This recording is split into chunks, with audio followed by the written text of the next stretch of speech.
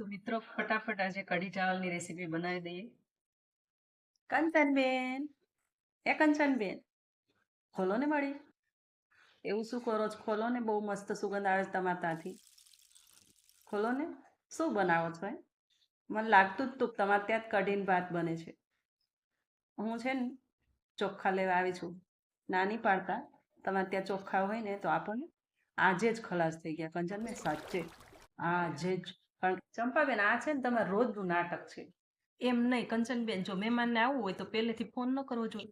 તો ફોન કર્યા વગર એમ જ આવી ગયા, બોલો. અને આવીને અત્યારે 12 વાગે, 12:30 થઈ ગયા. હું ઘરે આમ તેમ ચા પાણી કર્યા હતા, 12:30 થઈ ગયા. તો આવીને ઘરે બેઠા છે તો અત્યાર સુધીમાં મારે રસોઈ પણ બની જાય ને, તો એના માટે પહેલા ફોન કરીને રાખવો જોઈએ ને. તો ફોન કર્યા વગર એમ જ આવી ગયા, તો શું કરું કયો? એમને આવવું હોય તો જરાક ફોન ન કરી દે. એટલે કે તમારા ઘરની અંદર જે ચોખાના ડબ્બા છે એમાં તાળા માર્યા નથી? ના, હવે આ તો છે ને હું તાજા ભાત ખાવાની શોખીન છું એટલે. એ કંચનબેન, સુગંધ બહુ જ મસ્ત આવે છે. તો પછી એક કામ કરો, હું ડાયરેક્ટ ખેતર ઉપર જઈને તમારા માટે ચોખા લાવી દઉં, ચાલશે? હા, કેટલી બધી સુગંધ આવે છે.